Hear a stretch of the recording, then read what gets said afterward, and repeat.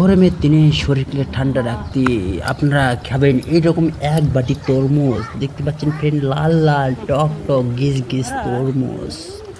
আহা হা হা হা হা, মুখে জল এসে যাচ্ছে ফ্রেন্ড। আর দেখুন আমি তরমুজটাকে এইরকম টিপছি তো কি সুন্দর জল বের হচ্ছে। আহা হা হা, দেখুন দেখুন দেখুন টিপস। এবার আমি খাবো আর আর আমার তো তর্স হচ্ছে না ফ্রেন্ড। এবার আমি খাইয়ে দেখছি কেমন মজা।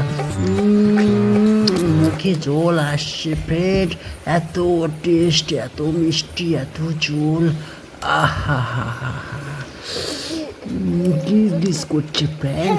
তরমুজের এত সুন্দর স্বাদ আমি কোথাও দেখিনি, কোথাও খাইনি।